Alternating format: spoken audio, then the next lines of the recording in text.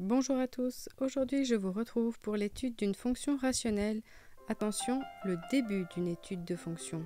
Par la suite, nous ajouterons d'autres outils. Commençons tout d'abord par le domaine de définition. Ici, il ne s'agit pas de deux valeurs, mais de tous les réels sauf deux valeurs qui sont plus ou moins 2. Attention, on oublie souvent qu'il y a deux possibilités ici, or avec l'identité remarquable, on ne l'oublie pas. Leur donner l'origine, très facile, on remplace les x par 0, qu'est-ce qui reste? 2 sur moins 4 qui se simplifie en moins une demi. Troisième étape, les zéros. Ici, on a donc une fraction. L'important, c'est de regarder qu'est-ce qui se passe au-dessus. Au-dessus, panique, degré 3. Nous n'avons pas de formule de résolution pour le degré 3. Néanmoins, on peut chercher un 0 à l'aide d'une calculatrice. La fonction table, par exemple, vous donnera facilement un premier 0 qui est le 1, tout simplement. On aurait aussi pu le trouver de tête. Donc, en sachant que p de 1 égale 0, on sait que ce polynôme va pouvoir s'écrire comme x moins 1 fois quelque chose qui sera de degré 2. Pourquoi degré 2? Puisque p est de degré 3 et x moins 1 est de degré 1. Comment faire? Eh bien ici, il s'agit simplement d'une division polynomiale. Je vais donc faire la division polynomiale de x cube moins 3x carré plus 2 par x moins 1. Retrouvons-nous à la fin de la division.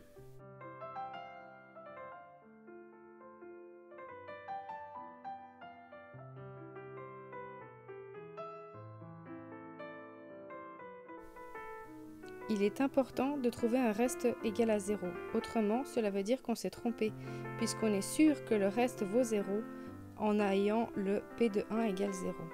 Nous avons donc notre factorisation.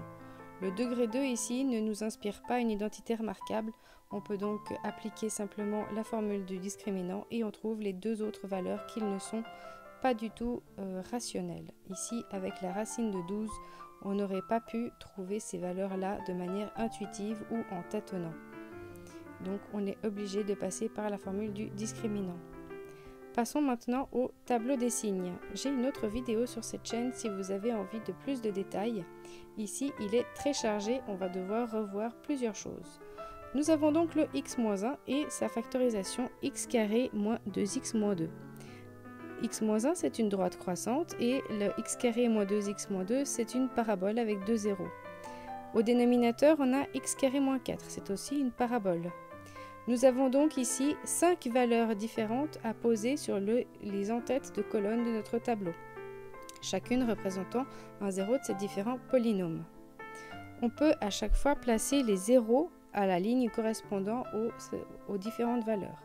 J'ai ici indiqué les différentes couleurs pour associer aux différentes fonctions. Maintenant que nos 5 valeurs sont là, on peut tracer les colonnes et réfléchir aux autres signes. Par exemple, réfléchissons au moins. Quand est-ce qu'on a du moins? On a placé tous les zéros. Ici, pour la droite, par exemple, la fonction sera négative avant son 1, puisque avant, elle est en dessous. Pour la parabole, c'est entre les deux zéros, et pour la deuxième, ainsi. Donc, je vais ici mettre en surbrillance les zones négatives, que je peux donc remplir avec des moins. En ayant placé les moins et les zéros, il ne reste qu'à remplir les vides de plus. Ensuite, un bilan des signes. Très rapide, attention au domaine. Mais à quoi est-ce que cela sert d'avoir un tableau de signes? Interprétons cela de manière graphique. Je vais donc commencer par tracer une esquisse avec ce que le tableau de signes me donne. On complétera au fur et à mesure de l'étude de fonctions. Ici, nous avons les asymptotes verticales. Il va falloir encore le démontrer, mais je vous annonce déjà que nous aurons deux asymptotes verticales. Et puis, nous avons aussi les zéros. Combien de zéros a-t-on? Eh bien, on en avait calculé 3.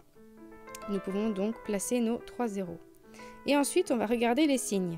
Avant la première asymptote, la fonction sera négative. Elle ne sera donc pas positive.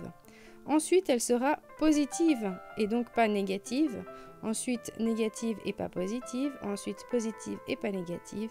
Et finalement, elle sera négative et enfin positive. Donc on peut barrer les zones où la fonction ne sera pas. Cela limite énormément les zones où la fonction peut être. Assurons-nous bien sûr que nous avons des asymptotes verticales et non pas un trou. Comment le faire? Déjà, les équations, ce serait en x égale moins 2 et x égale à 2. Mais pour cela, il va falloir approcher ces valeurs avec des limites à gauche et à droite. On a donc x égale à moins 2. Il faut s'intéresser à la limite à gauche de moins 2 et à la limite à droite de moins 2. Ensuite, nous regarderons aussi pour la valeur 2, la limite à gauche et la limite à droite. À chacun de ces cas, nous aurons forcément un calcul à faire, une estimation, et à chaque fois on aura dû diviser par 0 puisque ce sont des valeurs exclues du domaine car il y a un risque de division par 0. Quelle était la fonction? Donc ici, on sait que comme on a une division par 0, il faut calculer uniquement le numérateur avec une fois moins 2 et une fois 2. Pour les moins 2, on trouve moins 18. Pour les 2, on trouve moins 2 au numérateur. Quelle est la qualité du 0 que nous avons en bas?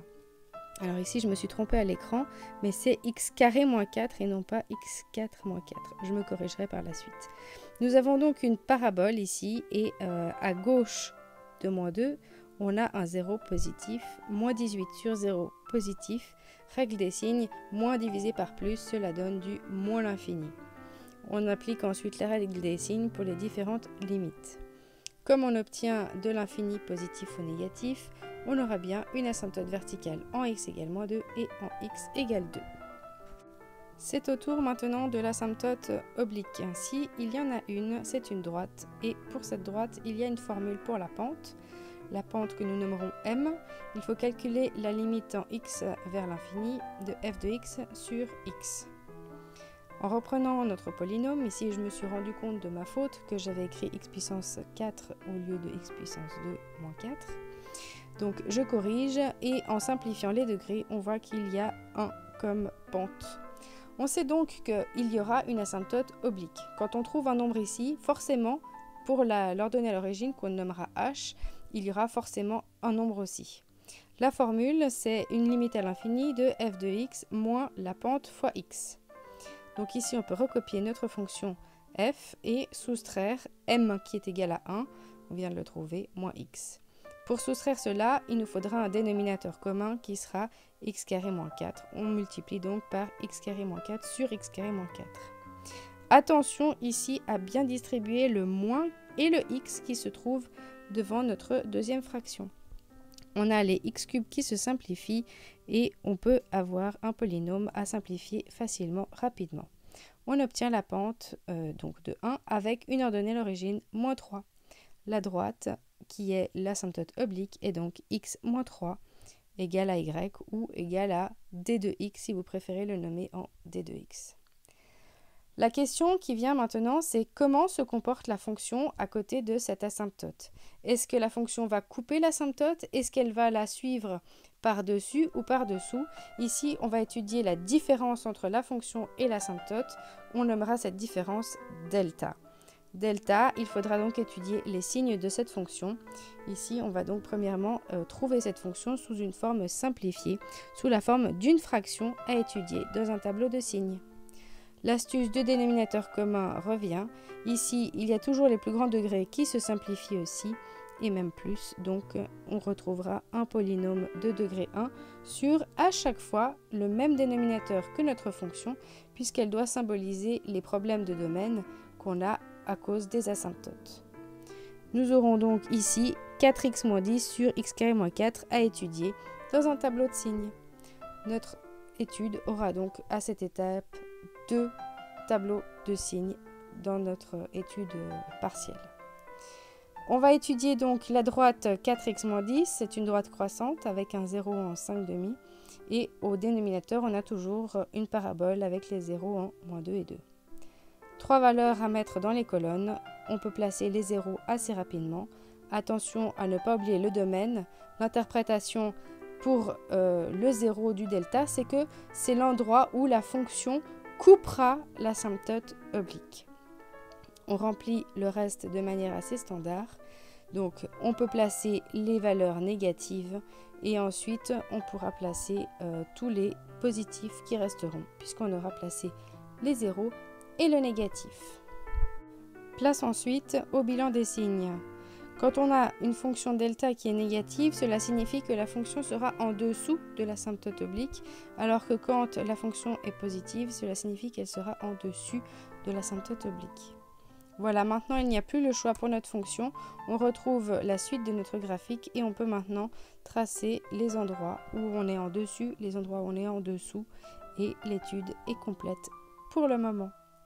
Au deuxième semestre, nous étudierons les dérivées et attention, l'étude se rallongera. Assurez-vous de bien maîtriser ces premières étapes avant de continuer le cours.